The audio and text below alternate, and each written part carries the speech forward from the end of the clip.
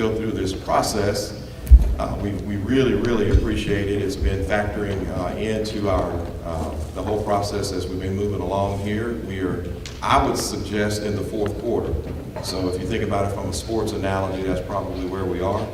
And again, I appreciate your diligence, appreciate your engagement. One thing I do know is that if we wanted to rain in Memphis, we schedule a PSAT meeting.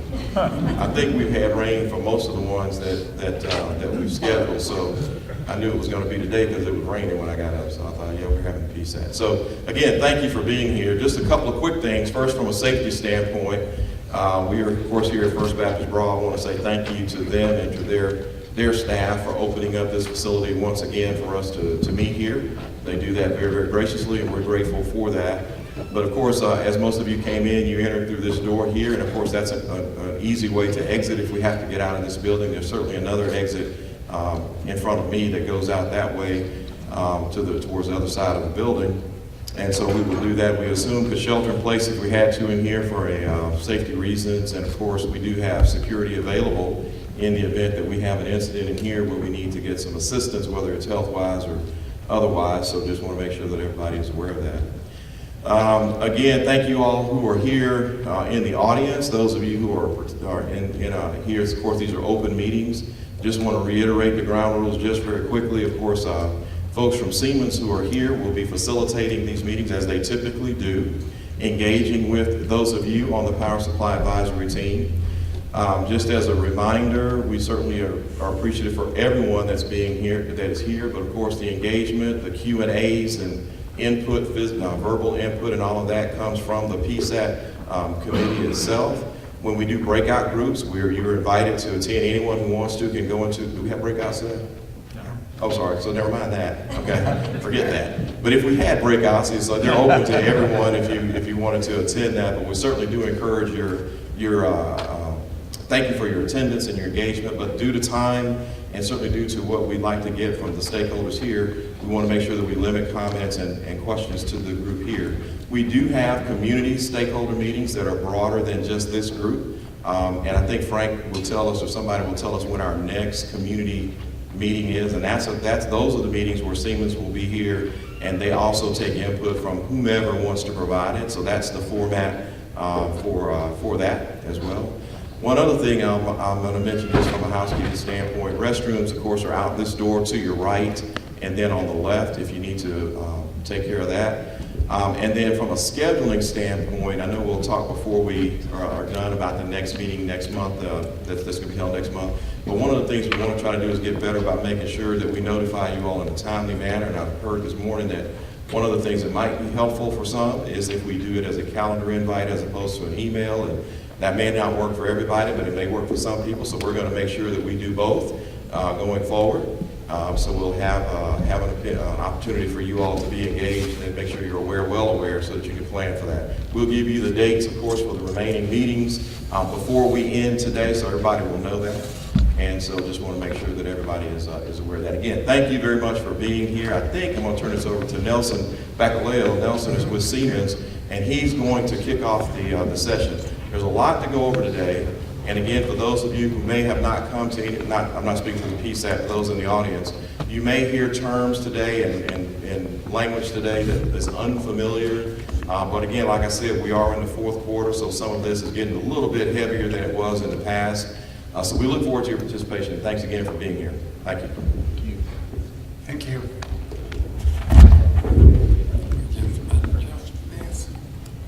Good morning to all. I'm Nelson Bacalao, Consulting Manager, Houston. Together with me, I have Gary Simmons, who is the Project Director, and Jan Du, who is my colleague on transmission analysis, work with me here in Houston.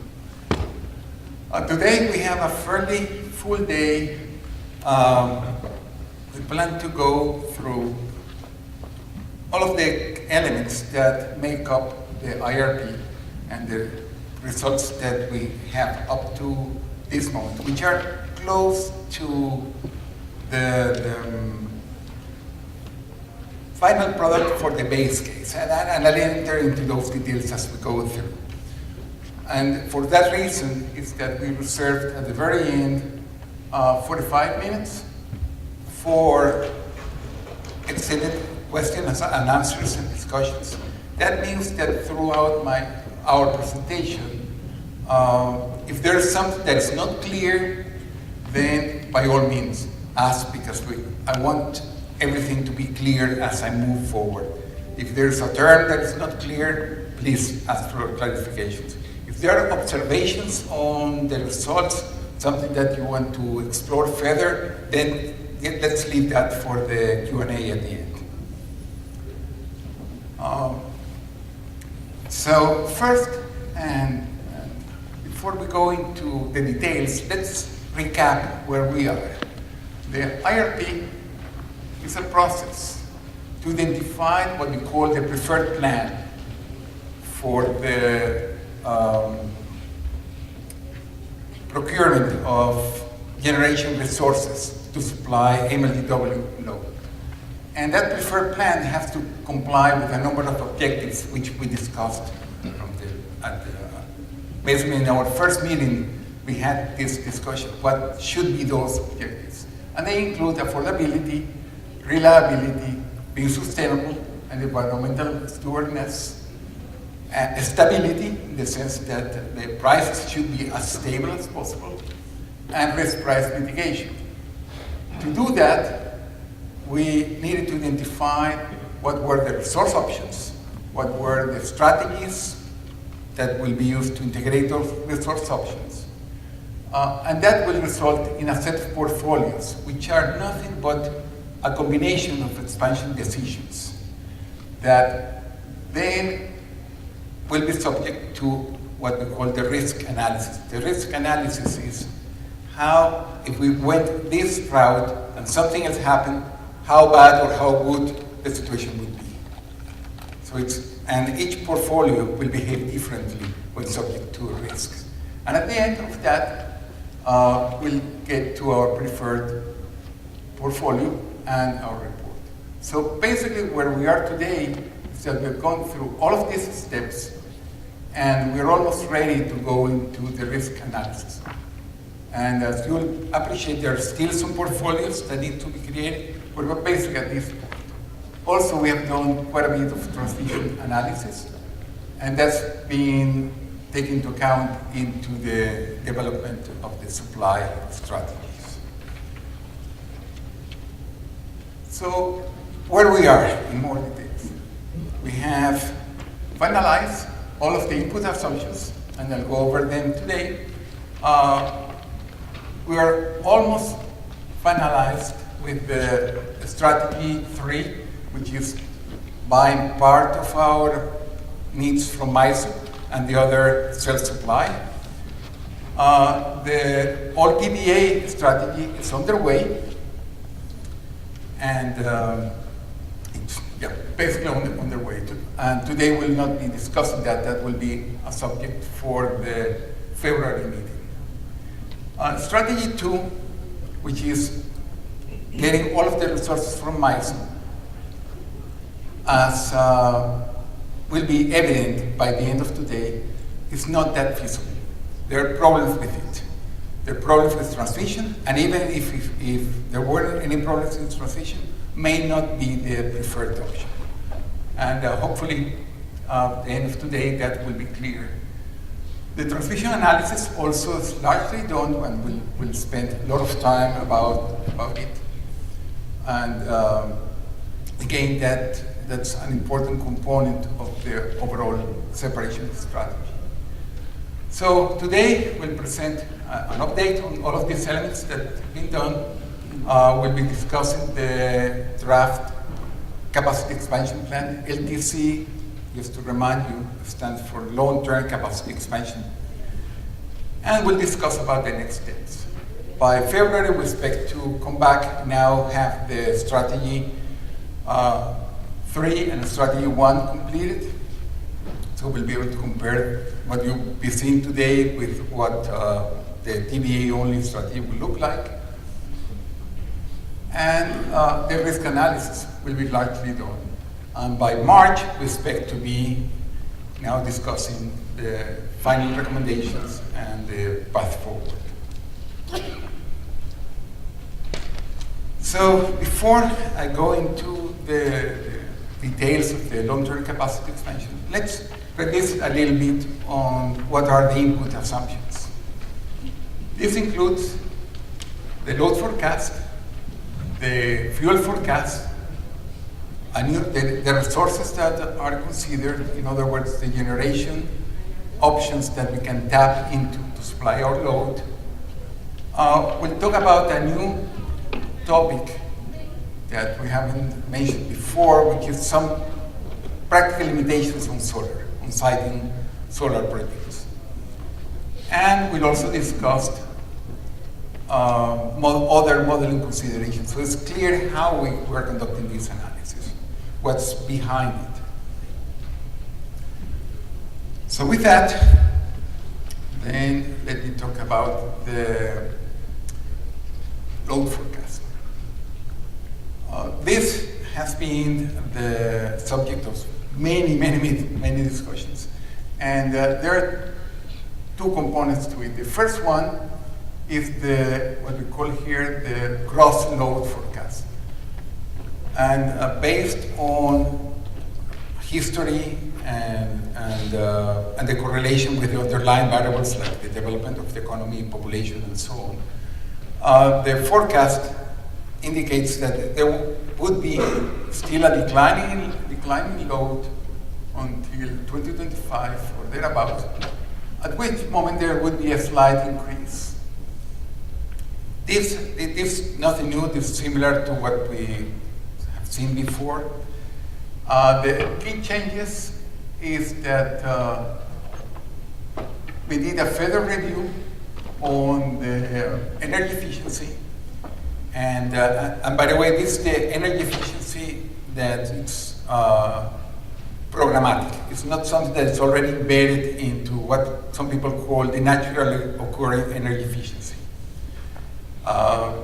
Codes and standards, for example, would be part of that. And this is something that the utility goes out and find the development of and put in place the programs to achieve this energy efficiency.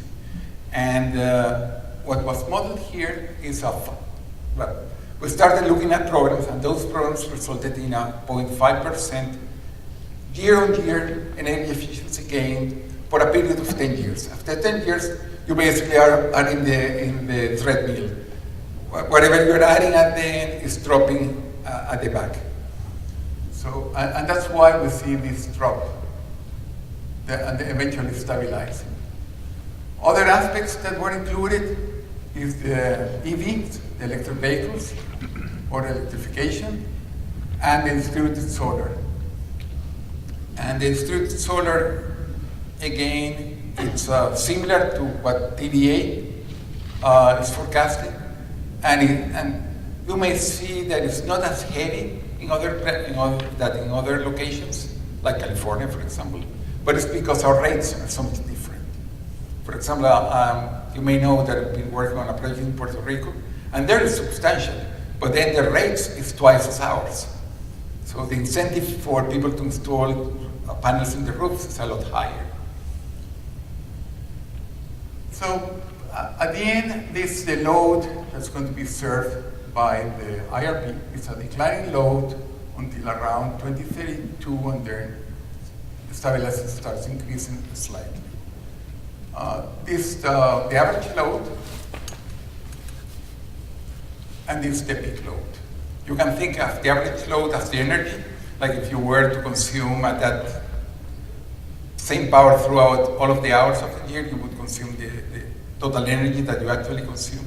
But in reality, there is a pattern to it, there is a peak, and this is the forecast of the peak. So we're talking about a current peak of around 3,200 megawatts, and by the end of the period, we are slightly above that, 3,277. And it drops and then picks up again. All right, so that's the first input, our load forecast. The second key input is the resources. What do we have to supply our load? Yes. We were previously promised all these numbers in the spreadsheet months ago. That's question one. Question two, the system average megawatt value is the same for 2025 and 2030. I don't know why that would be. Third, we'd like to know the source of these numbers. I forgot to mention. We don't know sources on any of this. There is a load forecast memo that will be made available and will be available to the PSAT, and the supporting spreadsheets can be made available. And there are all of the details. And for those detailed questions, it's better to look at the spreadsheets.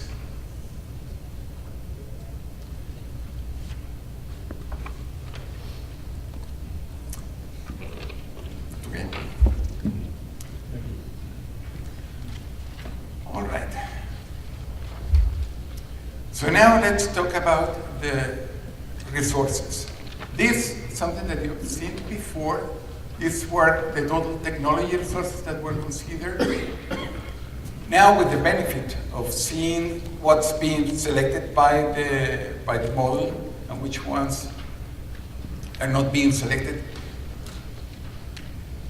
all of the options are selecting either one of these two combustion turbines, either the advanced, which is a larger 343 megawatts, or the smaller one at 237 megawatts.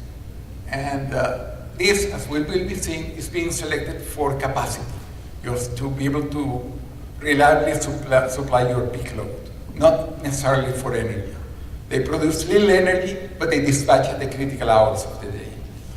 And then we have a combined cycle, the smaller combined cycle, that is being also selected in some cases. And that also provides capacity, but also provides energy, because it's a cheaper energy resource. And the other two elements, very important, are the utility solar and the onshore wind. Regarding these resources, there are some changes with respect to what we have seen before. First, we included the MISO solar. In the previous discussions, we only had MISO wind. And for reasons that will become obvious just in a few minutes, we needed to be able to procure solar outside MLGW footprint. And that's we added the MISO solar. Also, the MISO wind was adjusted for the fact that if we were to get MISO from Oklahoma, for example, we would be hitting some important transmission limitations. So the MISO wind is being procured either from MISO, from Arkansas, or from Mississippi. Additionally, when you procure a resource outside your footprint, you need to pay the transmission charges. So that also was included into our cost. And it was a combination of fixed charges and interruptible, just to manage the price. And these are the average prices that were considered. Other aspects, if you look at the details here, you'll see that the cost of this gas turbine went a little bit up, so that was adjusted. And it's also important to mention that these resources are very flexible. That means that these resources can cycle every single day. They can be turned off and on. So all of this, for the combined cycles, they had a minimum runtime of 6 hours and a minimum downtime of 4 hours. So once you turn them off, they have to be off for 4 hours and then can restart. When they're actually running, they're running for 6 hours and can be turned off. That allows them to cycle daily. Hey, Nelson, have you talked about the difference between combined cycle and combustion turbines, the technology and how they operate? If we have, that's fine. I just want to make sure think we have, but it's a good moment to refrain. Yeah. Combustion turbine, it's like a jet engine connected with a generator. In fact, some of them are called aeroderivatives, which is exactly a jet engine connected to a generator. And they can start very fast. They can shut down very fast. They're not very efficient. So they're being used for beacon service. They're cheaper. Like, if you want to have a sense of efficiency, you look at this, the heat rate. The higher this value, the more fuel you consume for every kilowatt hour that you produce. So the less efficient the machine is. What the combined cycle does is that you have your gas turbine, all of this heat that would otherwise go to waste is used to produce steam. And then that steam is used to produce power in what we call the steam turbine. And whenever we talk about a combined cycle, then we talk about 2-in-1. What 2-in-1 means that you have 2 combustion turbines with 1 steam turbine. Or you can have 1-in-1, 1 combustion turbine with 1 steam turbine. So combined cycles are more costly, but are more efficient. And we can see that, for example, even the best of the combustion turbines that we have has a heat rate of almost 9,000 BTU per kilowatt hour, while the worst combined cycle that we have is about 7,000 BTU per kilowatt hour. So whenever the program needs to select something to provide energy, goes to a combined cycle. Whenever it needs only for capacity to provide some megawatts during a few hours during the day, goes to a gas turbine. So that's the key difference. And one very important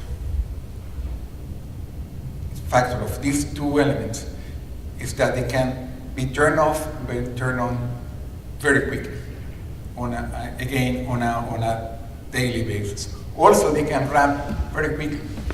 For this generation that we're considering, they can ramp up to 50 megawatts per minute for those units, which is very fast. So that facilitates the integration of your renewable. If solar is coming down, then they can ramp up at 50 megawatts per minute. That combined with the MICE interconnection gives you the reliability that you need to interconnect this large amount of solar. So in the Aurora runs, which were identified the capacity expansion plan, these limits are being considered. And as you can see, the cities can, once they're shut down, they're assumed to be out for 2 hours. So when they're running, they're assumed to be running for 2 hours. When they're shut down, basically the next hour they can be back up. Remember that our model is every hour, so you cannot go sooner, shorter than that. Let's say one iteration is out, and then the next hour is up. All right, so that's with respect to the thermal resources. No, so before you move on, just to reiterate, looking at the average heat rate, the lower is better. Lower is better. Think of it as fuel consumed per kilowatt hour that you created. It's measured in BTUs, British thermal units, per kilowatt hour. Thank you. The lower the better. Now, in all of our runs, we start seeing large amount of solar being installed locally within, directly connected to MLGW system. And why is that? Well, it's better to have it closer to the load because it's behind transmission constraints.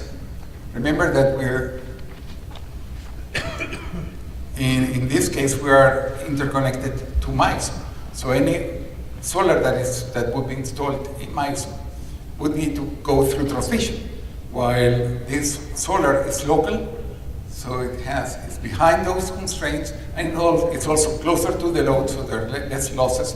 Everything is geared towards building local solar. And in fact, if we don't put any constraints in how much solar can be procured locally, we get the program selecting about 3,300 megawatts of local solar. But solar, as you know, needs space, lot of space. For every megawatt of solar, you need about six acres of land. It's six acres. And that's varies, goes between 5 and 7, but that's a good average. And that means that for the 3,000 plus of solar, we would need about 20,000 acres, or about 31 square miles. Just to put that in reference, this was one of your colleagues that did this. Consider that Shelby County has about 7,063 square miles.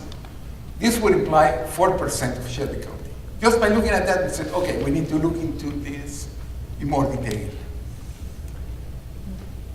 And because even if we were going out of Shelby County and we say, well, we have the entire Tennessee, and even we can go into Mississippi, then we need to manage what we call are the Jane ties. Jane ties is a transmission line from where the project is located to where we interconnect into MLGW system. And the Jane ties are typically 10 miles, 5 miles, ideally very short, 1 or 2 miles. But it's very rare to have a 100 miles Jane tie. It's impossible. Well, not impossible, I know of one. But that's a different story. So if you need to manage your Jane ties, you need to consider areas that are closer to your existing infrastructure, and that can be a challenge. So with that, then working with MLGW, we identified land that could be prospected. When we go out for an RFP, the developers will be prospecting for those lands. And that's what we're showing in the next slide. Here, the blue polygons is land that is closer to MLGW substations that MLGW staff located. Basically, we're looking for flatland agriculture that could be developed. Oh, okay. And the yellow are areas that we located closer to transmission lines. They're transmission. Yeah, but basically, one were closer to substation, the other were closer within 10 miles or so of transmission lines, again, flat lands. Just to get an idea of how much land would be there to be prospected. And adding those two areas, we came up with about 24,000 acres, and that's about enough to connect about 4,000 megawatts. Only that is telling you that the 3,000 plus megawatts of solar would require about an 88% success in securing these properties. Yes? What's the minimum size installation that's considered efficient, quote unquote, utility scale? Well, for this work, we consider 50 megawatts, but you could go to 20 megawatts easily. Only for this, we were assuming 50 megawatts. But 20 megawatts is not uncommon. But 20 megawatts, there's hundreds, maybe thousands of locations around the county where you could install 20 megawatts. Yeah, but they add very little. In other words, in each of these locations that that's very important. we're not considered that there's going to be just one plant there. No, these locations were identified where multiple plants would be located. It's not that whenever you see here this yellow, that there'll be just one plant there. No, that's not what we assume. We assume that's going to be a 50 megawatt plant.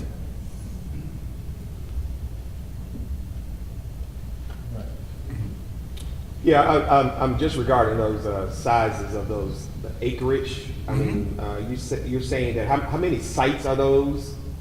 How many different sites? I see that it's 24,000 acres. You're saying. Yeah, but how many sites?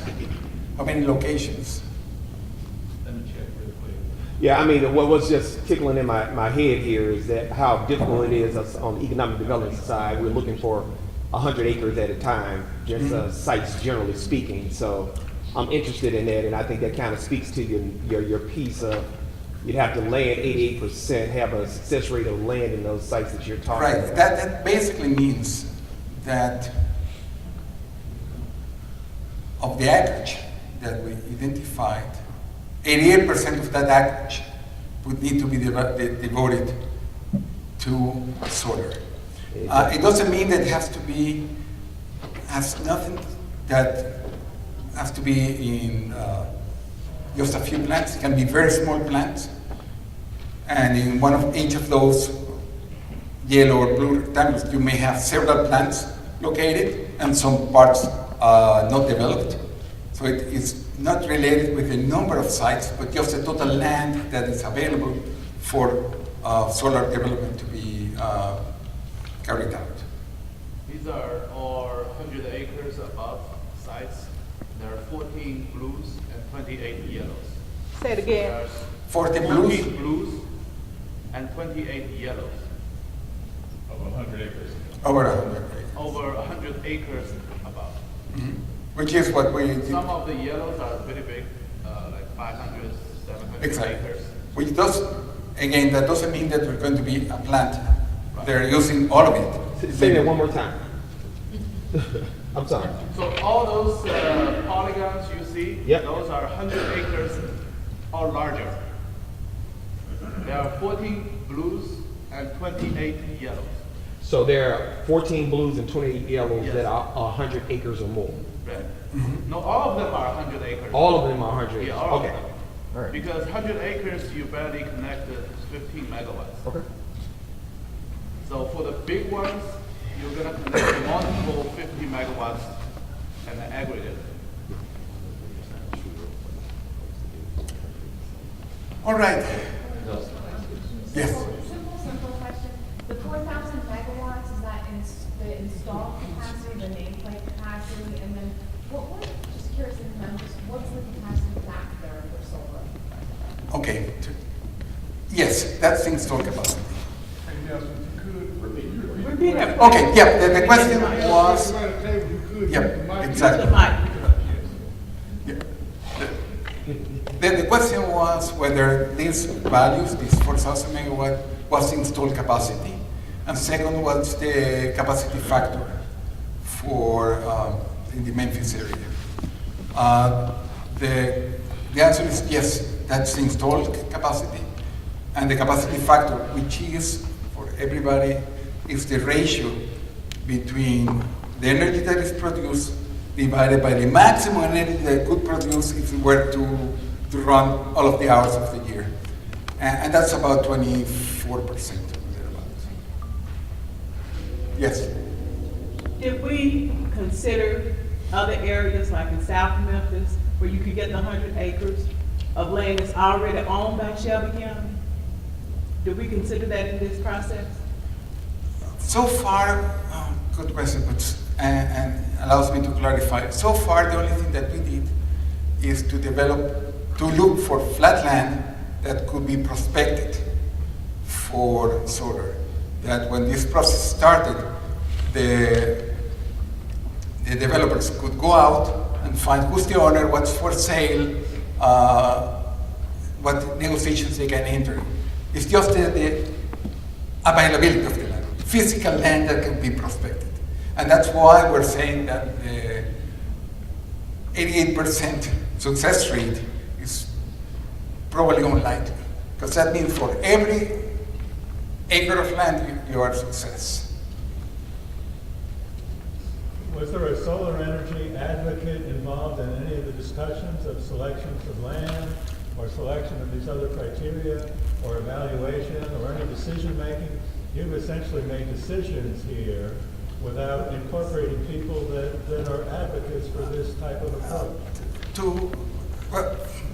Just to remind, those are questions that are very good, but you can devote at the end. However, just to be, again, to reiterate, this is just looking at land availability, going to the maximum possible value that is there available for prospecting. We're not making any decisions at this moment. We're just saying this is the land that we see could be available for prospecting.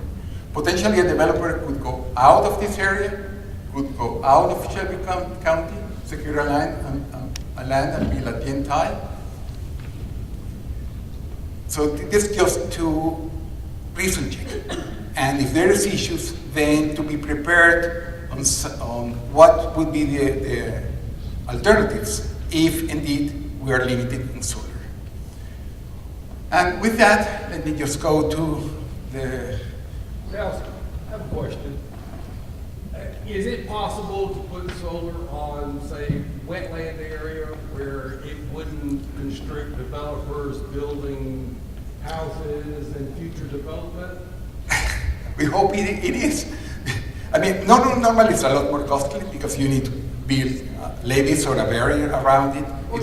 It adds cost. But when we're looking for these lands, we included some wetlands. We included some areas that, could be flooded. If you occupy the pristine acreage with solar panels, then don't you constrict the ability to build new houses and that's developments? and it would be a lot more costly. So that's why in this, what we're looking at this land, we were just looking anything that is flat, that was relatively close to transmission. There were no houses already there. Yeah. So, good question. This is that's exactly what we did. Some of this land, when you go out and look at it, you say, well, to prevent it from flooding is so much money that I need to spend that it's not feasible. Some of that land, maybe you may decide, yes, if I put my solar on stilt and build, I can make it work. So that's why we didn't, just from the outset, didn't consider lands that could be flooded. We included it.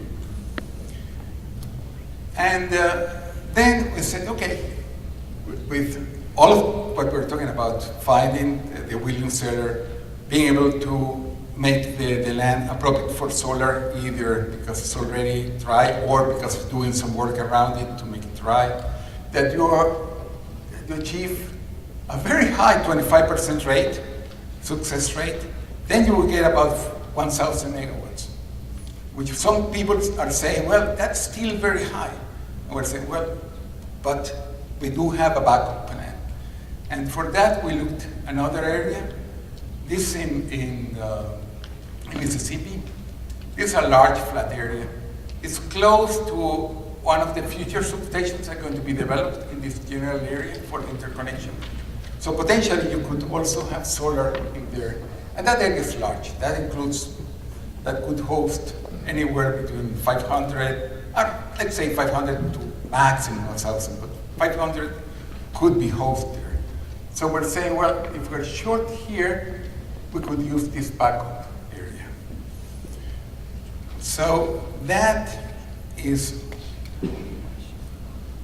where we are. And as we'll be presenting, what we wanted to be able to identify is if we can develop the 1,000 megawatt of solar connected directly to MLGW, what's how the expansion plan will look like. What else we would need to add to the system. And then at the end of today, you'll be hearing me talking about if we're more successful, what would be the impact? If we're less successful, what would be the impact? But this allows us to identify, okay, if we have to face this reality, then how the expansion plan would look like. And that's really what planning is all about. To see, if this happens, this is my plan. If this doesn't, if this other thing happens, this is my plan. And this allowed us to identify that. So, as I was saying, we're going to be presented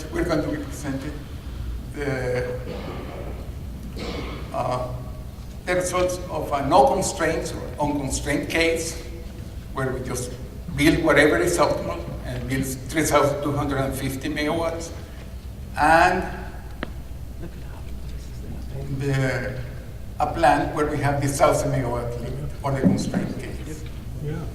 So this, as I said, this will inform how our decisions would change. And again, all details on all of these resources are in the generation technology memo and subsequent updates that will be provided. Okay. Sir? Sure. You note here about them being close to substations and to existing lines. Mm-hmm. But have you factored in the cost of connecting from the solar to those existing lines? Is that factored into it? Okay. There is a standard P&I factoring. So yes, the short answer is yes. The longer answer is that, of course, each project which be different. And that's why we didn't go too far away, because in general, the cost that is included is shorter than agendas in the order of 10 miles or less. So we didn't factor a case where you place your project 50 miles away from the existing facilities. So the short answer, yes, it's there. Okay. So with that, let me just go over very quickly. It's not my area, but I'll try to do my best on the gas markets. And we did create and present in the gas forecast memo a forecast for gas prices going forward. And one of the most important components of that forecast is what is available to get the gas into MLGW territory. And those are 3 pipelines. So we need this gas to fire our combustion. Our CCGT is the acronym for the combined cycle. Sometimes also it's called CC. And by the way, at the end of the presentation, there is the glossary. So if you look for that CCGT, you'll find it there. And so the group that worked on this identified 3 pipelines, the trunk line, the Texas gas, and the A&R. Trunk line was found to have the lowest cost. I think this terms, I don't know why they use that, I think it's million BTUs. So that's the transportation cost. And it is estimated to have also sufficient capacity for 1 or more combined cycles. And we'll be seeing that in some of our cases, we have 2 combined cycles and associated combustion turbines. The modeling also demonstrated that when you index gas to the trunk line, also you have the lowest cost. So trunk line is very good from capacity and from cost point of view. We have these other pipelines as backups. And just very quickly, this slide shows the pipeline. We see here the A&R, and we see here the trunk line, and the Texas gas. And these are roughly the locations of the combined cycles, considering the transmission system that runs like this. And so, and this what what they call the city gates. So basically, we're talking about distribution pipelines to our combined cycles. They're fairly close to the existing infrastructure.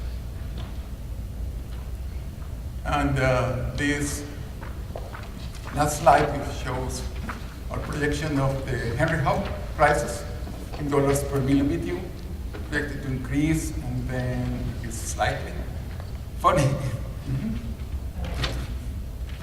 Who provided that cost forecast for Henry Hub? That was developed by our group. And again, it's in the gas technology memo. Gas, Siemens gas, outlook memo. There are the details on that forecast. We have a group that does that. And it was also compared with independent forecasts by the AEI, Energy Information Administration.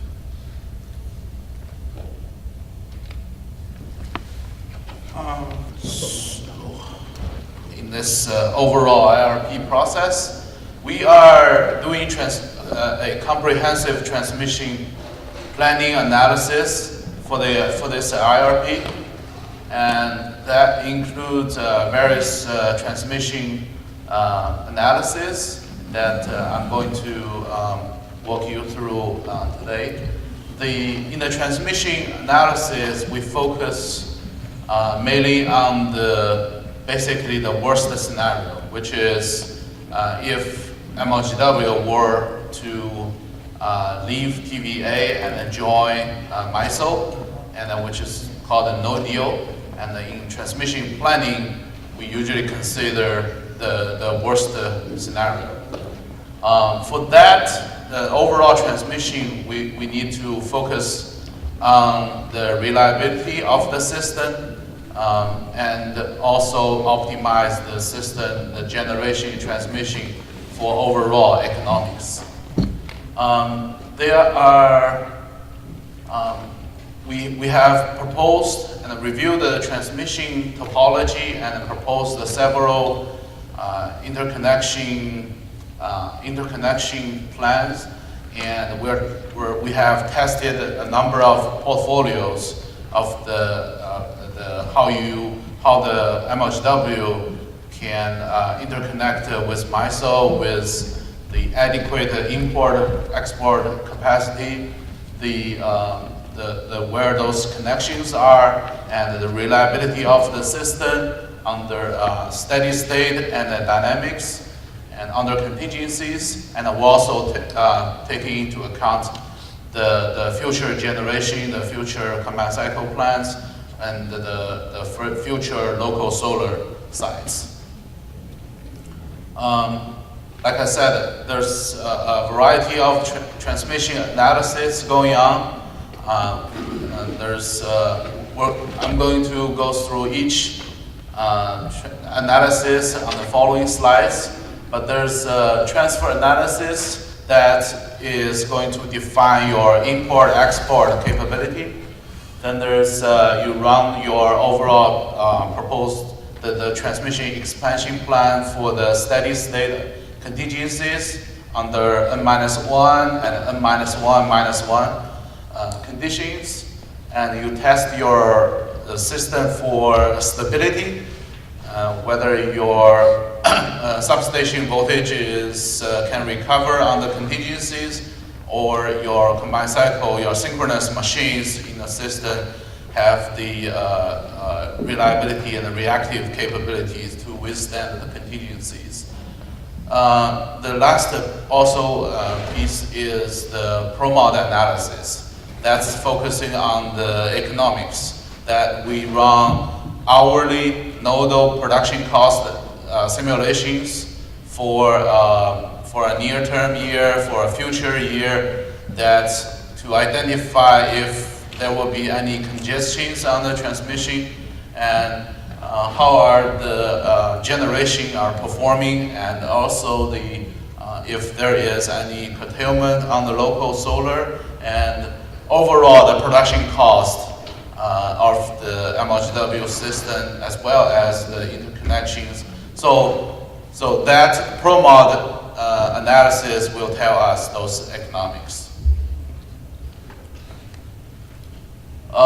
So Siemens, and we work with MLGW transmission team closely to basically review the transmission topologies around Memphis or Shelby County area and across the Mississippi River with the existing transmission over in Entergy, Arkansas, or south of in the northern Mississippi area. So right now we have proposed, as you probably have seen that before, that 3 interconnections with MISO, Entergy, Arkansas, and Mississippi.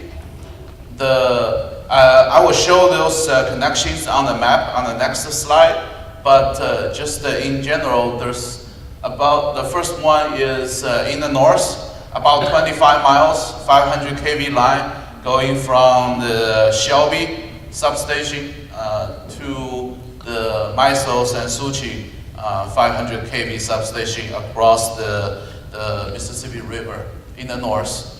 And the second connection is in the west, from the West Memphis, which is a MISO substation, going across the river to close to somewhere just south of the TVA Allen plant or site. The other one is we utilize the new Allen MLGW substation and building a new about 230 kV line, 8 miles, going to call the Twinkletown MISO Mississippi substation. So those 3 interconnections combined, we believe that provides an adequate transmission import capabilities if MLGW were to join MISO and have, basically the complete separation from TVA. Again, we are working with MLGW transmission team, transmission substation operation team closely, and we have presented the detailed plan and the diagrams, detailed cost estimation with them. I will touch slightly on those in today's presentation. The overall plan also ensures that the TVA plants, especially the Allen combined cycle, not being stranded. Basically, the plan will call for new facilities to be built by TVA at the cost of MLGW in order for the TVA Allen combined cycle to be fully dispatchable to the system as currently it is. And right now there are several connections out of Allen, mainly on the 161 side, but once the MLGW is fully separated from TVA, then without the new facilities, the Allen plant could be stranded. So we ensure that we're going to build new transmission, basically put the Allen plant back to the 500 kV on the West Memphis, to the existing West Memphis to Birmingham, still to Freeport 500 kV. Then Allen plant can be fully dispatched with enough capacity to be dispatched. This is right now, it's kind of a high level, but the overall transmission expansion plan, we call it expansion plan, that includes all the new transmission facilities. That's about $320 million in today's dollar. Of that $320 million, about $25 million is for the new facility that to be built for the Allen plant to be dispatchable. So $300 million for the 3 interconnections, roughly. Again, this plan is still under review, so we believe that we need to run additional analysis. It's subject to refinement and a cost estimation refinement. Question? Yes. Does this plan require any of the power to be wheeled across TVA lines? No. No, okay. But TVA, since they're not going to sell us the Allen plant, they would require new lines to be constructed in order to reconnect the Allen plant to the TVA. 500. And Yes. that would be negotiated who pays for that, but. We assume it's going to be MLGW's cost. Okay, but TVA needs that in order to continue operating the Allen plant, if they don't sell that to MLGW. Yes, otherwise there will be only 161 kV out of Allen plant, Yeah. which is not enough for the big size, such a big size common So cycle. that gives MLGW and the city of Memphis some negotiating power. The plan we propose, or the new facility for the TVA, is what we believe that, at a relatively low cost, that it works. I mean, it allows full dispatch the island if it has to be dispatched at full capacity. If MLGW were to join MISO and leaving TVA, TVA has to decide how much Allen, is going to be dispatched in the future. But we use this plan to allow the Allen plant to be dispatched fully without any restrictions. Sir? Yeah. We had 3 proposals from 3 different organizations, TVA and 2 other independent organizations. Are they integrated into this plan, or how are you handling that? This is our plan. This is our Siemens proposed this plan, and as you probably in the past, he said that the other 2 groups propose, give just a dollar amount of how much you need to build a transmission, how much does it cost, and our cost estimation is very close to an engineering level. I mean, it's much detailed cost estimation. This is what we believe that this, it costs to build all these 3 connections. We only, we're comfortable with the cost estimation of this plan. I don't speak on the cost estimation for somebody else. If they believe that they can build $150 million for enough transmission, I don't. So you're telling us that this is a Siemens plan? Yes, this is a least cost plan that we are looking at. But the other studies that were done did not go into the transmission detail to look at what these costs to make these interconnections include. So we are capturing costs in our study that were not included in the other study. Because they basically ignored the transmission, except at a very, very high level in terms of these costs that would be required to join MISO.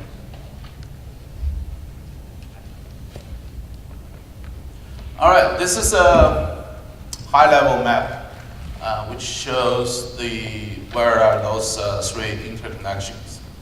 So you can see from the north side, that's MISO Sansuchi, and this is the Shelby, and then we're proposed to have a new substation around Shelby area, and put a new substation with a 500 kV transformer and 25 miles 500 kV line, including river crossing, and connect to, there's actually multiple 161 kVs MLGW lines at Shelby. The other in the west, from the west is the West Memphis to a new location that we call it a New Island substation, 500 kV, 230, 161 kV substation. And that line is about 8 miles, 500, including river crossing, and to bring the nearest MISO 500 kV in. The other one, the third one is the blue line that it's a 230 kV line. It's about 8 miles as well. You know, going from the New Island substation across the state into Mississippi, about 4 miles into Mississippi at a substation called the Twinkle Town that's owned by Entergy Mississippi. So 3 interconnections, one in the north, one in the west, one from the south, to have enough capacity or adequate capacity under N-1. If we lose any of the 3, we should have enough import capabilities to get to the 2200. It's actually vice versa. We first have this plan, and then run the transfer analysis, we determine its import capabilities about 2200.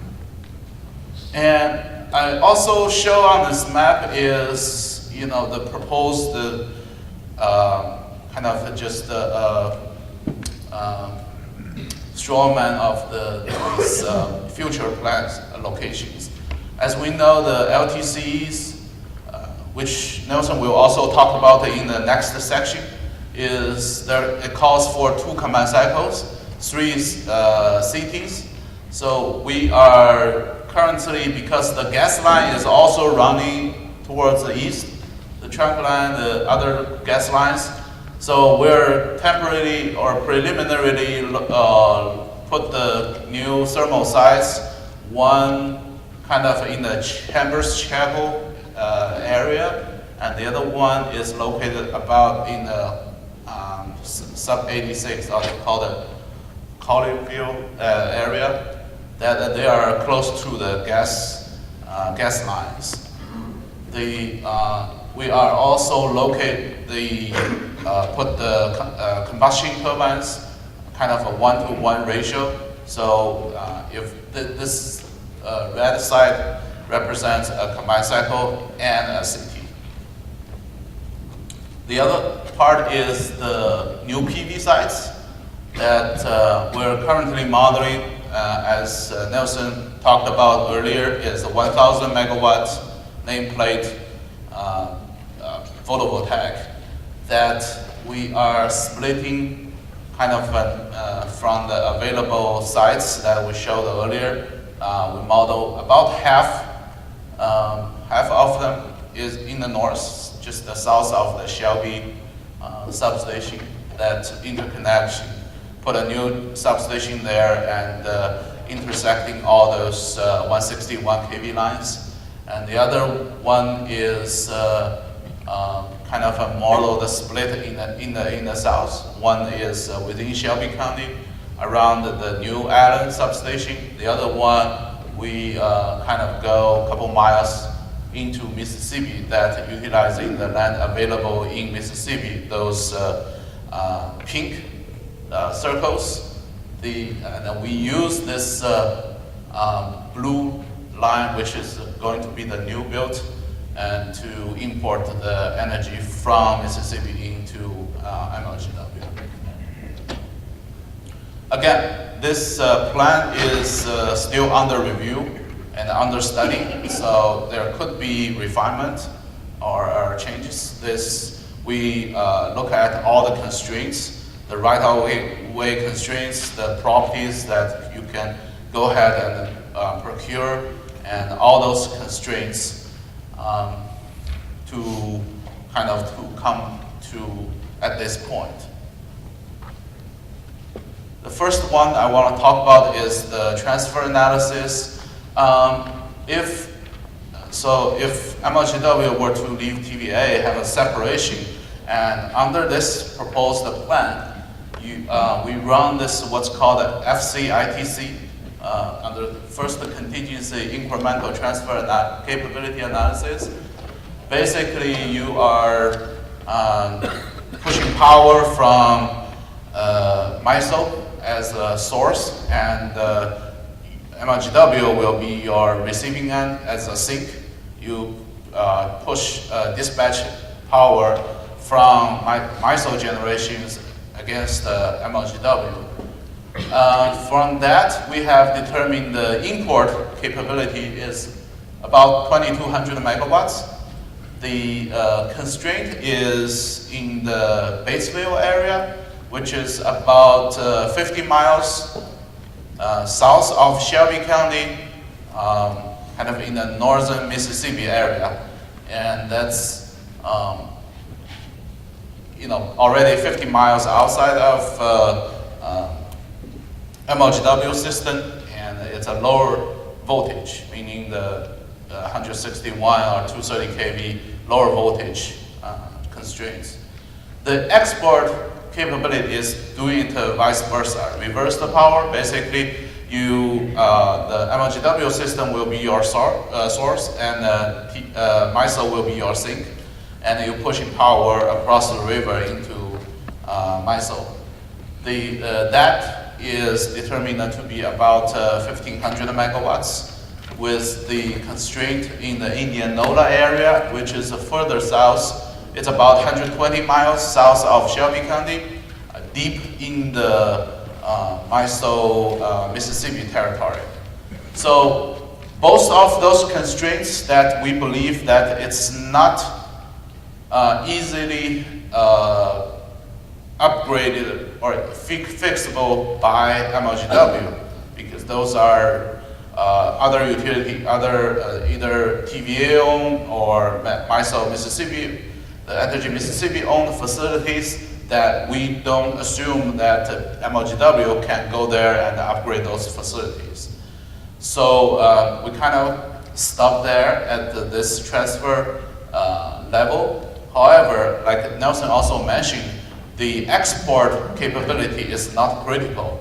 And due to the limit of the local solar build, that there is not much surplus generation, especially renewable generation for MLGW to sell into MISO. So that limit is never binding. There is no need to increase the export capability. Basically, there is no economics to drive that. So those limits were determined and were used by the Aurora LTCE programs in the zonal transfer limit definitions. Sir, you said early on that MLGW is a net importer. Yes. That's going to stay, is that going to continue under this scheme, that we're going to be a net importer? And here you're talking about exporting. What's that ratio? First, you have to find the maximum export capability without thermal violations, correct? Then you give it to the program, but the program LTC pick up the generation and run your dispatch and didn't export that much.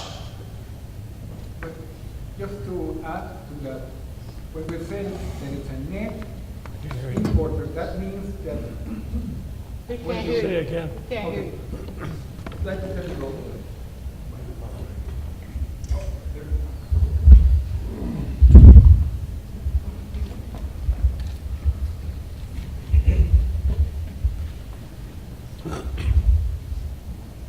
Okay, the key word here is net. Net means that when you add all of the energy that you import and you subtract the energy that you export, then that's a positive number. So that means that during certain hours you will be exporting power, under certain hours you will be importing power. When you go throughout the year and see what's the net effect, you'll find that you import more power than what you sold. So that means that being a net importer. And in fact, we'll be seeing that this can be observed from 2 points. one purely energy, one in dollars.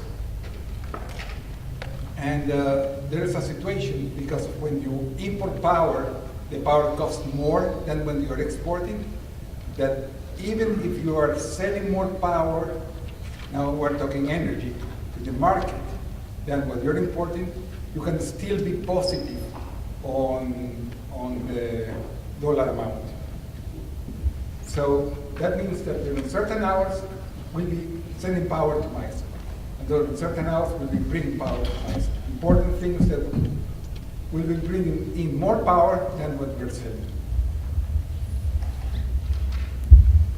And then we have a slide in the next section to talk about that net imported.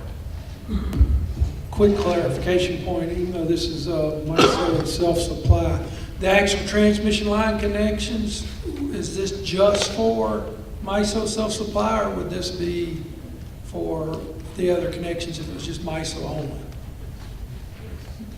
This is for strategy 3, MISO plus self-supply.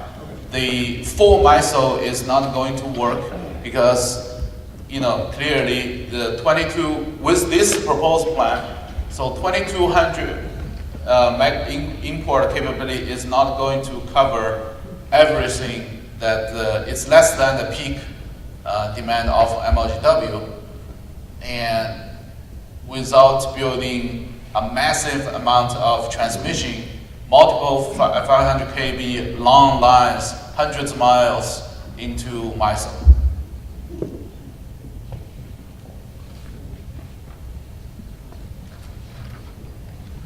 So just to touch a little bit on the generation interconnection and the siting.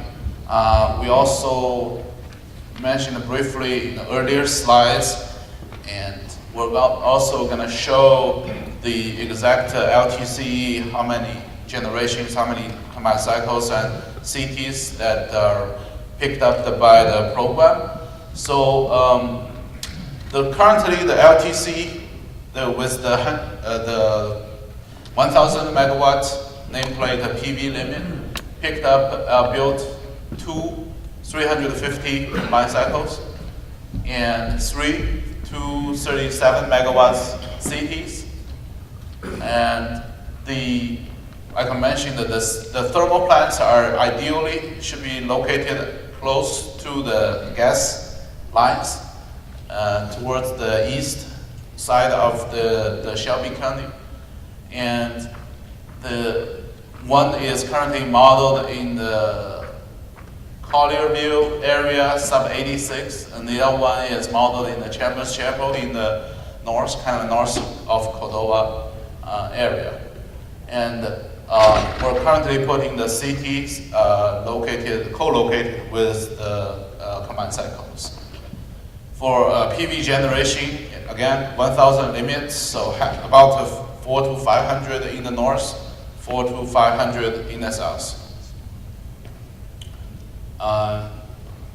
There are costs associated with the generation interconnection. The generation interconnection study cost, the gen-tie lines, if there is any network upgrades that are needed for interconnecting the PV or solar or thermal project, those can vary from a couple of $1 million to $10 million. It depends on the actual project and where you interconnect. So it has to be studied in the interconnection process. Our technology cost covers everything up to the fence or up to the generation step-up substation. Everything beyond from the generation substation to your point of interconnection will have to be estimated and depending on the actual future project. And again, where we locate those combined cycles and the CTs are still under review. It's not final. And of course, where you put the generations, you have to rerun your reliability analysis and make sure the system is reliable under contingencies, everything just iterative process. For the reliability analysis, a few components. The first one is the steady state, that you go through the N-1, N-1, NERC planning criteria.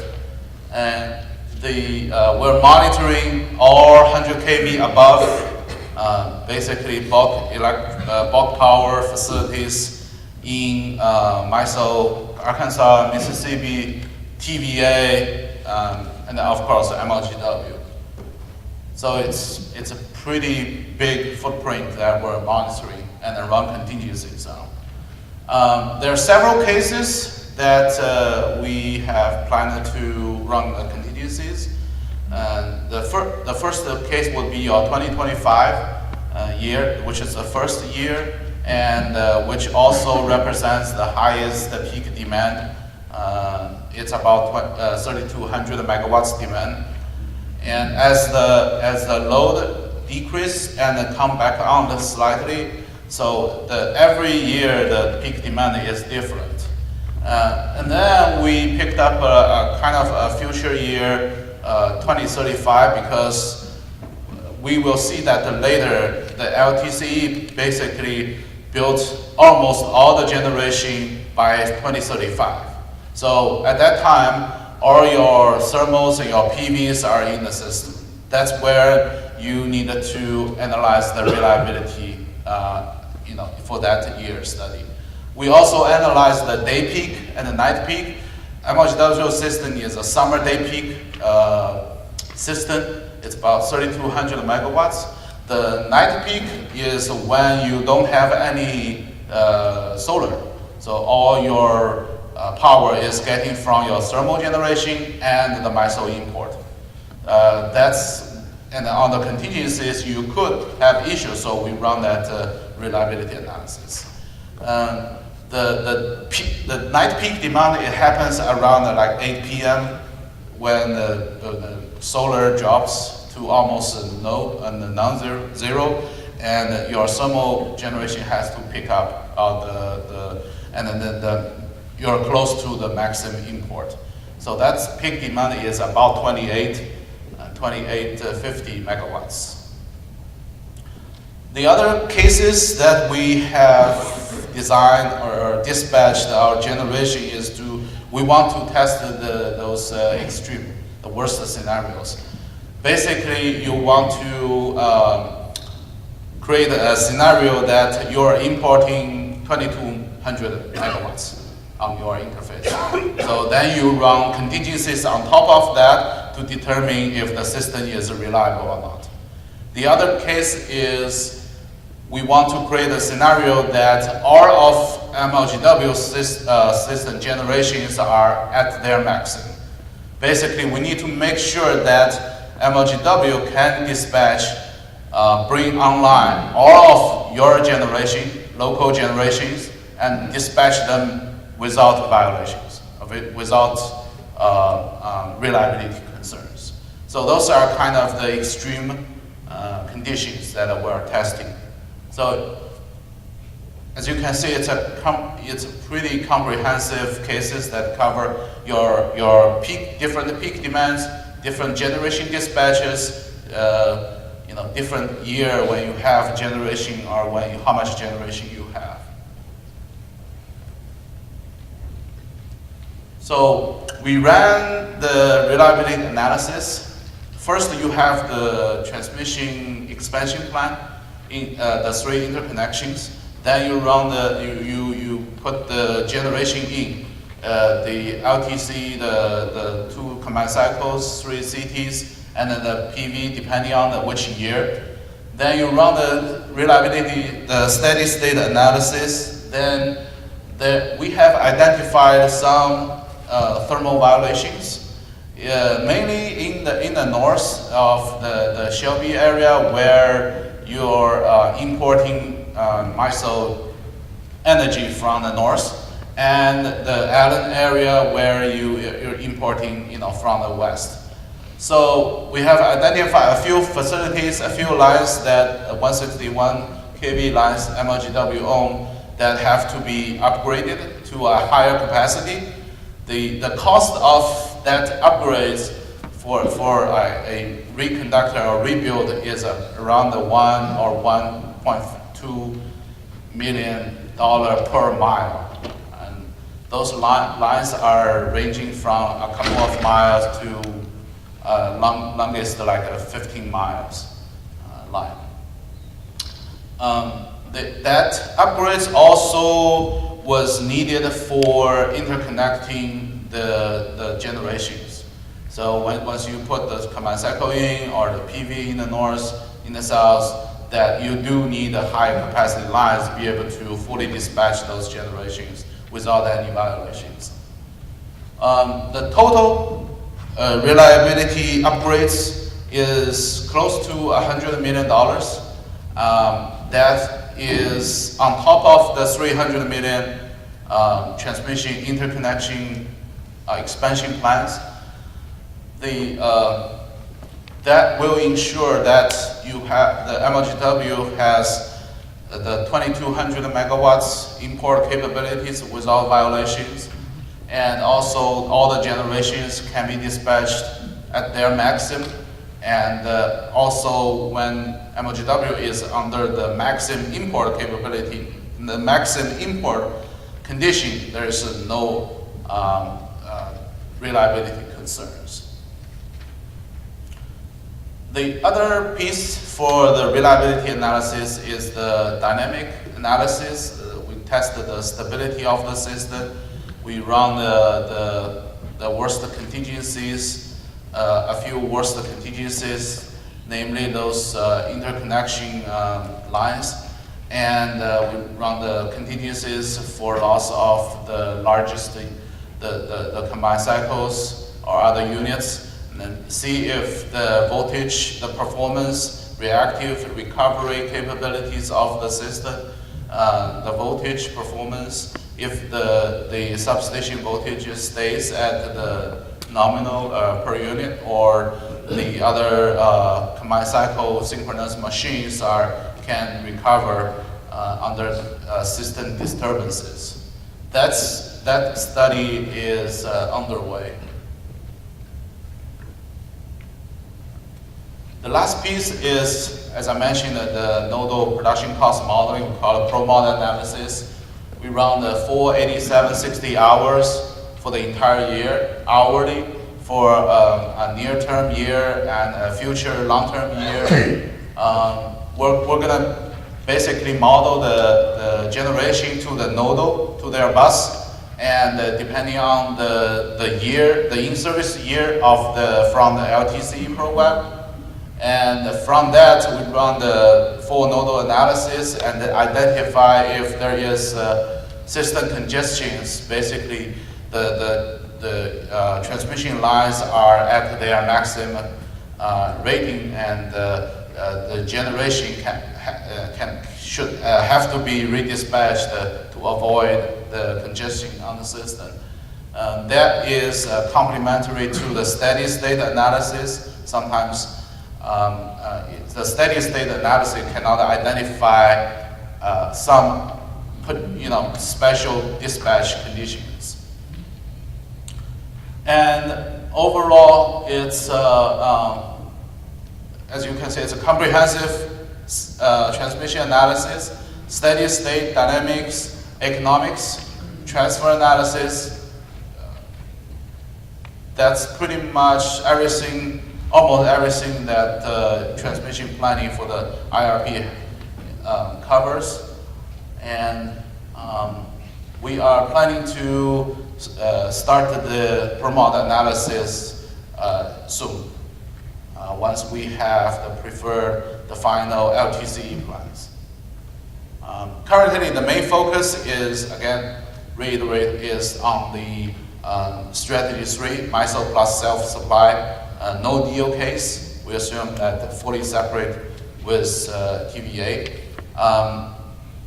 The studies or the reliability analysis for the deal scenario, which MLGW is still fully integrated with TVA, is not critical, because that reliability are being studied annually every year.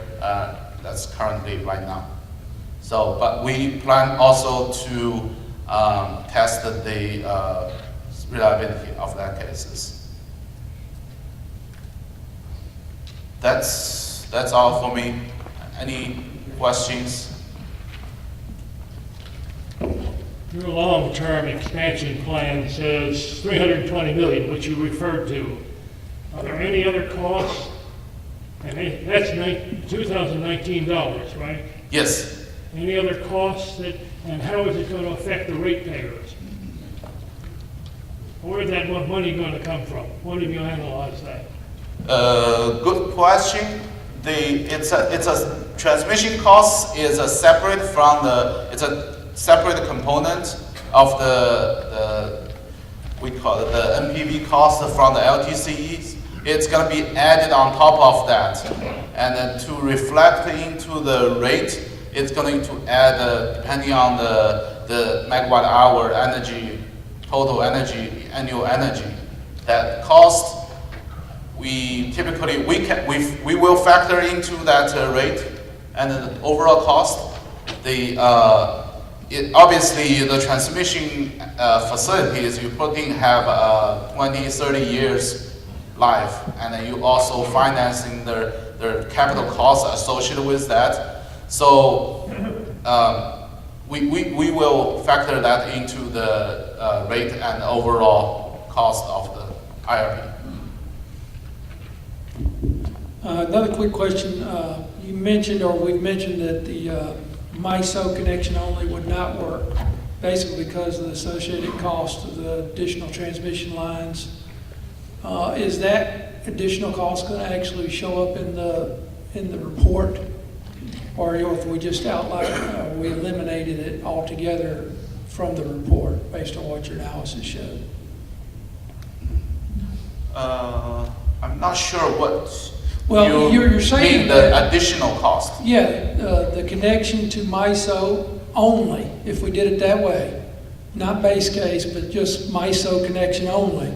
You said earlier it's been eliminated because it was going to be too expensive, correct? Okay. Yeah. Are you going to show why it's too expensive and how much that cost is in the study? We could do that. Because people are going to say, no, that's not right, we could do it. Here's, a way we can get around it and cut that cost and all that. There are two issues. Maybe. This one. Yeah, there are two issues about it. First, if it's economic, then it's in the interest of both Entergy. MISO doesn't build it. It really would be Entergy Arkansas that would build it under the MISO plan.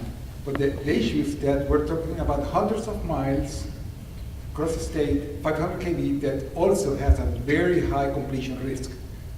To permit that line across the state is going to be very complicated. Good point. Yeah, I'm saying, but we will include it. It's a great point. Please. Because where I'm It's a great point. Please. It's a great point to just not say, hey, we need to go to this point. Look at the map of Arkansas. You'll see that line goes across the state. The report needs to show why it was eliminated. Right. Good point. So I'm trying to gather some of these total costs. So I'm looking at page 31, and I'm looking at the figure $1 to $1.2 million for the identified facilities to be upgraded.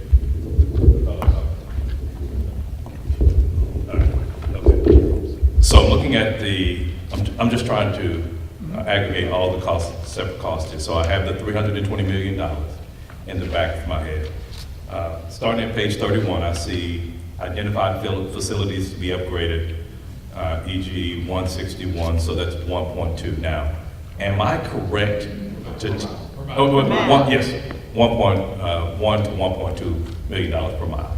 Am I correct to go back to, I remember seeing 25, 8, and 8. Those were some connectivities. Am I correct that that would have been on page? No, that's different. That's different, okay. But now, am I to add these, because one of the things I think we need to translate is total cost. Yes. So am I to add, That's two components, 300 million for these three connections. so that's included in there, okay. That's 300 million. Right. And another 100 million for reliability upgrades. Okay. Only on the 161 kVs, Gotcha. that comes up about 1 million per mile. Okay, so we're at 420 just based upon those two. Yes. Talking about total cost. Yes. And so this is not generation. No. Okay, so, and then what I'm gonna need, and I think what the community is going to need, is to translate things back to how much we're talking about from a rate increase to pay for it. So to answer the question, the one who pays for it is the ratepayer. There's no way around it, whether we issue bonds, whether we pay for it as we go, the ratepayer is gonna be the ultimate payer of everything that we do. Yeah, you're absolutely right. And we'll be seeing that the generation component is the biggest one by a whole lot, but we need to add this one. Can I ask a question as well over here? Just to Councilman Jones, 320 for the, as I'm characterizing it in my notes, brand new transmission. Yes. Then 100 million in upgraded MLGW transmission that Yes. exists today, and then the generation as well. The 116 or 160 kVs, 1.2 million per mile. The 500 kV that you would need to go deep into MISO, that's what we're asking for. So That's for like whatever- 3 million per mile. 3 million per mile, so all in, all MISO, all the time, it's X number of miles times 3 million per mile, plus the risk on top of that. Is that generally the right direction we're going? Correct. Okay, We will add to that's great, thank you. the miles only. Okay. However, as we will be seeing, even if you have this full interconnection to MISO, it will be more economic to build your local solar. Yeah, we're just saying, we just want to be able to articulate that. Regarding MISO only, I compared to something else that was presented, actually to TVA, like 5 years ago, or something like that. Wind energy coming from northwest Oklahoma, the Clean Line Energy Project, and somehow or another, they were able to make it a profitable business proposition for their organization. Unfortunately, TVA didn't accept it.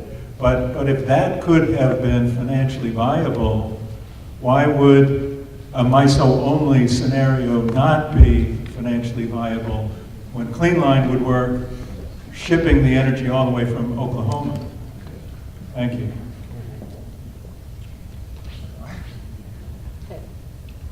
Funny that you mentioned Clean Line, because I was close to that project.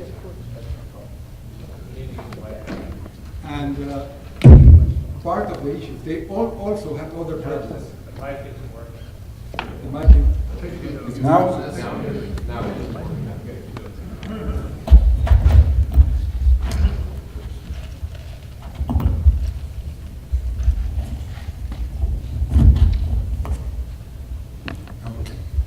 Basically, just for everybody who works, that was one project starting in the panhandle of Oklahoma to bring power via HVDC lines, which implied very little impact on the line system, to basically the Shelby substation.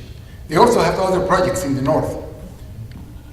And at the end, the issue that killed also the projects that they had in the north is the issue that you were building lines across states, and getting the permit for those lines was critical, and they couldn't get the permit. So that's why none of their projects could be built. So on the miles only, whenever I see hundreds of miles of 500 kV, see there's a risk here, a permitting risk. And that's what we see on this option. Okay, then where is the clicker? I'm going to talk from here.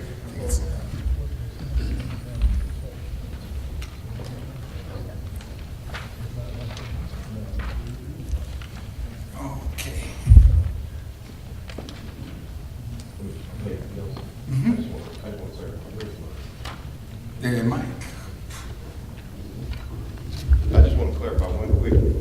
point on that last question around the MISO only. So if I'm thinking correctly, I just want to make sure I'm clear. On the MISO only scenario, the line that you're talking about, the 500 kV line into Arkansas at the $3 million a mile, is that one line? Would be, probably would need 2 lines. So what is the cost estimate for? Is it for however many lines we need, or is it for a line? Or again, we're trying to simulate the reliability, current reliability. So what I'm thinking is if that, to make it equivalent. You would need to be probably 2 long lines into. Right, so to get Because apples to apples, I'm thinking in terms of dollars, when we talked about the cost, I just want to make sure we're talking about the right, Correct. You would, each. Exactly. So it kind of doubles the number. I just want to make sure everybody. Kind of doubles the number. Doubles the number, okay. But really, again, going to the clean line experience, it's difficult to permit a very long line, particularly when the people in the States are going to say, hey, what am I getting out of this? Like you can permit some, the longest line that I'm familiar that was just built were inside MISO, but the whole market was seeing the benefits. Or just in my home state, well, my adopted home state of Texas, we built one line coming from north into Houston, but again, the whole economy was benefit from it. I'm sorry, just a quick point. Over at the table over here, we're just saying to each other, numbers need to be shown and the assumptions need to be shown on paper, not just talked about in the conversation. So, thank you. Yeah, but I agree that we're going to provide the numbers too. The things that the more numbers were so high, I would say. But also, there's something important that we're going to be talking about. We're going to add those numbers. And in the different memos and reports, we have the detailed numbers. Some of those numbers, when we're talking about transmission, some of those will be, the underlying studies will be CII, critical energy infrastructure. So some of those may not be fully public, all of the detailed analysis. When you're saying the system is constrained by this contingency and this deficit overload, those are considered normally, they're always considered critical infrastructure. Critical energy infrastructure information. All right, so let's go to the last, well, the next to the last If we go along that line about the cost, can we get cost if we do this scenario, cost if we do that scenario, and cost, where is it going to come from out of the money that we have in MLGW right now? We have, from a transmission point of view, for generation, you have the cost for each scenario. From a transmission point of view, and this is an important consideration, we are currently assuming the worst case in which, when we are separating from TVA, we're forced to completely disconnect. They put it on a letter, we're not going to provide wheeling, it's against the law, we will never provide you wheeling, therefore you are disconnected from MLGW. Then Jan, our group, MLGW, we looked, okay, what is feasible? Still going across the river, it's complicated, but what's feasible? And that's what was presented today. A system that cost in the order of $300+ million just to connect it to MISO without internal reinforcement. But it seems feasible. And then, based on that, all of the other development scenarios for generation are being done. If we want to go to the full MISO, there are 2 aspects about it. One is the transmission, and we agreed that we're going to provide the background of what would that cost.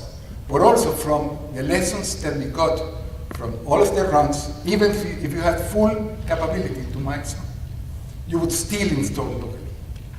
Because it's still cheaper than buying from MISO, having your local solar.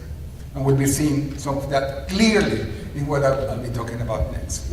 Yeah, so just kind of reiterate, this is scenario 3 of 5 different scenarios. So we've looked at various scenarios, and you'll see more scenarios. Yep. And then they'll run the stochastics around those scenarios to get, different costs within that. They're getting to, what you want to get to is that bottom line number. That's in the next section of this presentation. So you don't have to add it up. We got folks to do that. So let's, can we move on and get to it? Thank you. Right.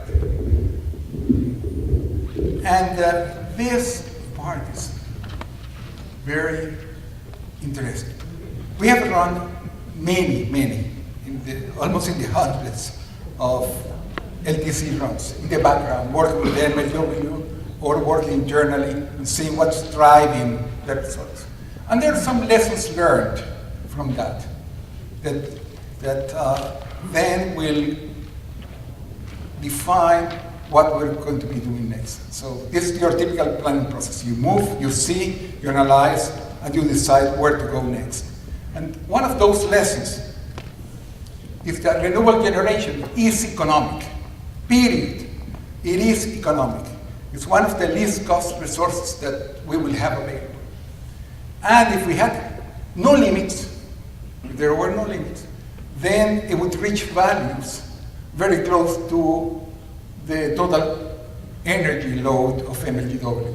Of course, what would happen in that case is that during the day, you'll send power to MISO, and during the night, you get that power back. But the program would install solar almost to the full that could produce all of the energy needs of MLGW, just because it's economic. So that's an important lesson. Now, there are limits, and these limits are imposed by the transmission. The maximum transmission that we can send out and we can bring in. There are limits on the load that we're serving, so we have to be a net importer, and there are limits in the maximum local build. So those factors limit the maximum amount of solar that we can have locally. So if we were to reduce the cost of solar even further, it would make no difference. We're already maxed out by something else. Price is not binding in this case. Other lesson is that the timing of PV. Or before I leave this, suppose that we have infinite interconnection into MISO. Don't that is telling you that you would still install your local solar instead of buying from MISO? So the MISO, if I were to forbid to install solar here in the run and ask only purchase from MISO, I'll have a more expensive case. Because something that the program is doing, which is installing local, will not happen. In other words, in the program, the only limitation that it had from buying from MISO was transmission. If it was the cheapest solution, we would have bought everything and minimized the generation here. So that's telling us that the MISO only, not only will have a lot of more transmission, but it's not necessarily the least cost. The other aspect is that the timing of PV will be seen that the PV is not all of it installed very quickly. There are limits per year, but you would expect, initially was expecting it to be installed very quickly, every year, because it's the cheapest resource. In reality, we'll be seeing that a lot of the solar is installed later, in the 2030s range. And the thing is that the program is doing a balancing act between if you install early, then you will lock the prices today, while everything is telling us that the prices are going to come down, so you may want to wait. But on the other hand, if you wait, you're buying your power from MISO that is more expensive than your solar. So the program is balancing those things. And we'll be seeing that we'll be building some solar initially and some solar later in the time. So that's another lesson learned from all of the runs that we have done up to now. The other is that capacity. Remember the generation that I need just to supply my peak? is sourced from MISO. It tries to maximize the capacity that it gets from MISO. But then it starts hitting limits, and then it has to install some thermal, some CTs initially, or basically CTs to provide your capacity. We'll be seeing when we're short on energy because of limits on solar, then the combined cycles are being installed. But if we can have all of the solar that we want, it's still installing combustion turbines. Remember, those that are cheaper, like the jet engine hooked to a generator, that's not very efficient but cheaper, then we'd install some of those to provide your capacity. So that's another lesson learned.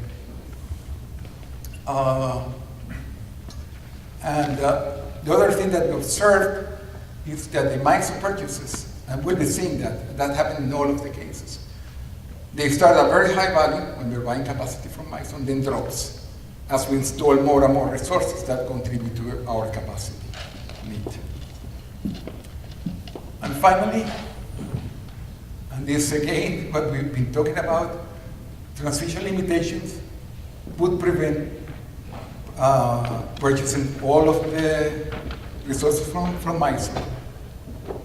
But also, it may not be the least cost solution. So those are lessons learned from the previous rounds. With that in mind, then this is our view of what needs to be assessed. At the end, we want to have a number of portfolios that can be subject to risk, subject to this stochastic assessment, and see which one performs better if things goes against it. Like, for example, if the gas prices go up, if the gas prices go down, if the load goes up, if the load goes down. All of these stochastics, things that we don't know but could affect our decisions. And for that, then we'll still, of course, study the TVA, the full requirement contracts. We're studying in great detail strategy 3. And the strategy 2, as we mentioned, is not practical, but going to hear you clearly. It's going to be fully documented in the report why we think it's not practical. Now, that means that we need to revisit our scenarios. Because at the end, we want to create scenarios that will favor a different generation mix that then we can assess.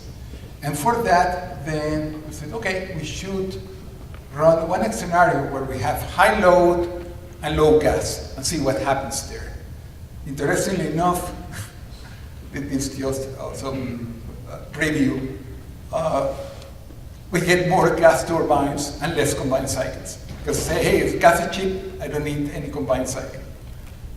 But then one case where, hey, just the load goes up. What happens with our combined cycles? Do we need more combined cycles, or with the 2 that we installed is enough? There is another scenario, which is the low load, which sees the opposite. If we were to have lower load than forecasted, then how would that change the portfolio? So those are the scenarios that we're proposing. The scenario 5, which was the high technology, which basically was driving lower cost of renewables, will not make a difference because renewables are already hitting the maximum. So those are the changes that we propose to do in the scenarios. And what they'll inform us is the changes in thermal composition. And that's what we're working right now. There is something else in parallel to this that we're doing on the side, which is another, maybe in the back of your mind, that what happens if the limit of solar goes up, like 2,000 megawatts of local solar, and we'll talk a little bit about that. It does have an impact on the generation. And if it goes down, also have an impact. All right. So with that, then let's move to the results. So what we did is that we ran 2 cases. One case where we have the 100 megawatt solar limit, This considered one of the more realistic scenarios. It has all of the base case assumptions. It has this limit on solar that it's a stretch, but it can be done. And considers all of the reference assumptions with respect to load and fuel and so on. This case will provide us a very important information. What would we do differently if we have limitations on solar? What would be how the best plan would deal with the fact that we can only procure 1,000 megawatts of solar? And then we compare that with a case that would put a very high limit. Normally in these optimization programs, you have to put a limit, otherwise it will take forever to run. We try many combinations. The good thing is that we put that limit and it was not hit. It built less than the limit. And that case, we call it then the unconstrained case.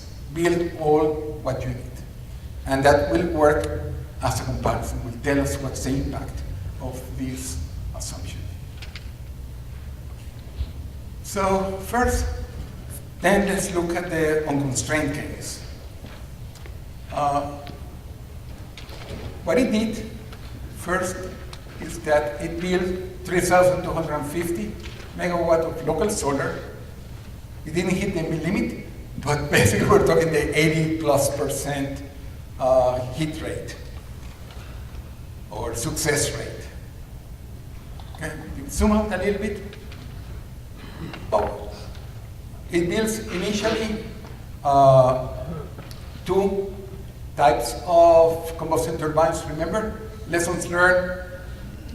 You need to supplement your capacity. You get capacity from MISO, but then you need to build something local. Or another easy way of seeing it, 3,200 megawatt peak, 2,200 megawatt import capability, you need to have over 1,000 megawatt local. And that's this. It also builds, in this case, the local solar at the maximum that it could build in that year. And keep on doing that going forward. Again, trying to balance the cost of solar with buying from MISO. And what it does is that in 2030, boom, buys all of that it can from MISO. In fact, at this moment, if you add the MISO solar plus the MISO wind, you get 2,200. Remember our limit. So the program maximizes all of the solar that it could get from MISO. By the way, and this is very important, these are contracted projects. These projects that you own or have fully contracted for the life of the project, but are located outside your territory. So it's not general MISO generation, it's not MISO, it's your resources. So you'll say, I have 100% ownership of the power output for this plant. Mississippi Solar Farm took 100% ownership of that. And then we see here that the MISO capacity starts from a very high value and keeps dropping as we add more and more generation. And this shows graphically what I was talking about. So we have in total about 5 cities. Now, what we're seeing here is that the only thermal resource are cities. They're not good for energy, they're just good for capacity. Now let's see what happens when we put our limits, 1,000 megawatt limit. Then, boom, we're short in energy. And in the first year, it installs 2 combined cycles. Remember, the gas turbine plus the steam, more efficient, lower fuel cost, better heat rate, more efficiency, but a little bit more costly. But when you compare the life of the asset to provide energy, then it's the best option. When you're limited on solar. And what it does is that in this case, because it has this combined cycle that provides energy, then it can play better this game of waiting with MISO. And then basically what it does is that initially just purchase all of the wind that it can, install a little bit of solar, and then wait a little bit, and then start installing your local solar and your local MISO later after 2030. Again, playing the game of waiting to see if to wait for the prices to drop. Can we zoom out? So in this case, again, we do have some CDs for reserves, but are a smaller amount than before. And we're still buying MISO capacity, but smaller amounts than before. So what all of this means? Well, it does have a cost. In this slide, I'm showing this blue line is what they call the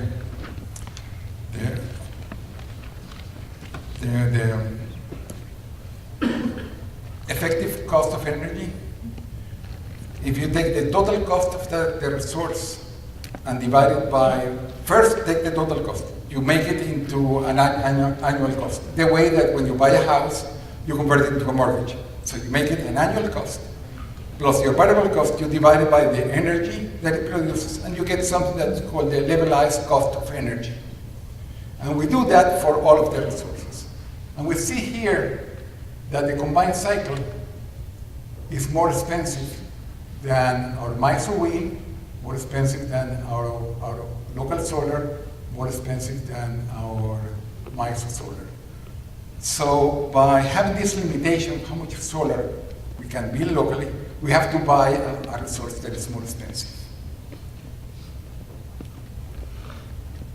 And so this, what happened in the 1,000 megawatt limit, in the 350, we don't have that situation because we don't have the combined cycle.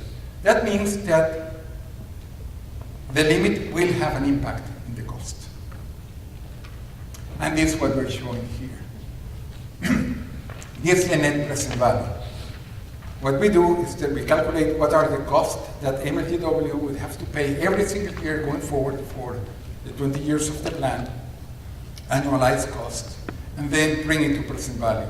We call that the present value of the revenue requirements by the generators. And this, they build up. We have here, first the fuel component. So when we are the 100 megawatt limit, the fuel component is a lot larger, over $1 billion, almost $1.5 billion. Oh, well, we have it here, almost $1.5 billion, or 90% of our total cost. While if we have the local solar without limits, then the fuel cost is a smaller component, about 6% of our MPV, or $400 million. When we have again, our limit, our variable 1M, again, is higher because that's the cost that you have to pay for every megawatt hour that you produce. And combined cycle sensitivities have higher variable operating costs. A solar farm, very little, if not nothing. But a wind farm, very little, if not nothing. Emission cost, there is more in this case because we have our thermal. And the only saving grace is that in this case, our fixed costs are about 800 million lower. Why? Because the combined cycle has lower cost, initial cost, than your PV farms, and that's the main reason. But then you have to pay your fuel. And when we add everything, these are all of our costing, our variable O&M, emissions, then the fixed cost, the MISO cost, the market costs are very similar between the two. And that gives us our MPV. And we see that the MPV is about 9% higher, 9.3% higher. So this local limitation does have an impact of making the cost about 9% higher. And it also has an impact. Your MPV is a good thing to have. I'm a fan of MPV, but I also like to see how things look throughout the years. And this is what we're seeing here. If we have no limitations, we will be paying about, for generation, about $620 million per year. And that implies something like $45 per megawatt hour. So that's directly what you expect to see translated into rates, just for the generation component. Now, and we see here that most of our costs are fixed costs, both in actual cost and in dollars per megawatt hour. And the fuel cost, which is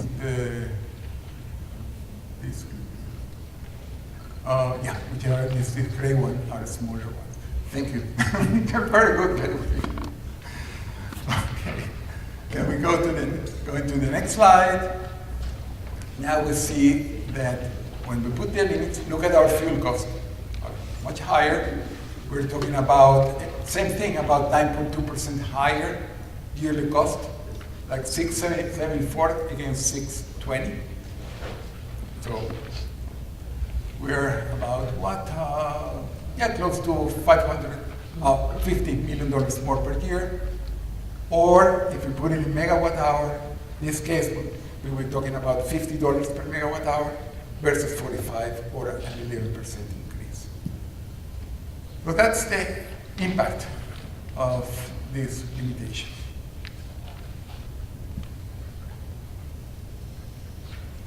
With respect of reliability, with respect of reserve, the case does provide the same level of reliability using a different elements.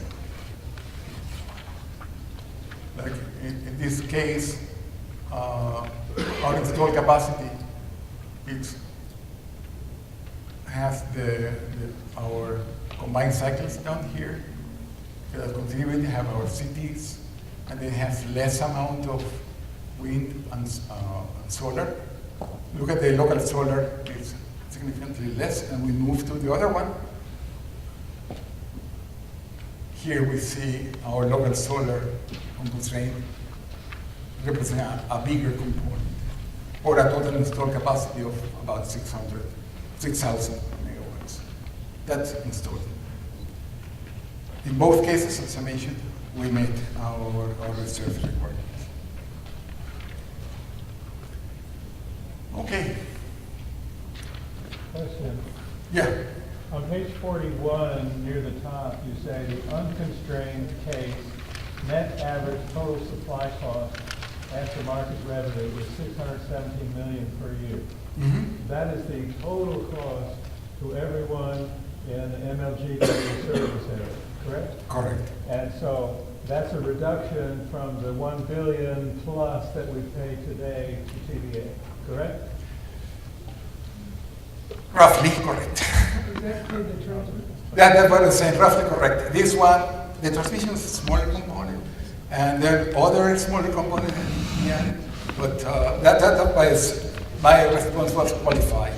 It's basically the levelized cost of energy, the total cost Yeah, of exactly. everything, the That's operating cost, the maintenance cost, the fuel cost. Mm-hmm. Exactly. Everything.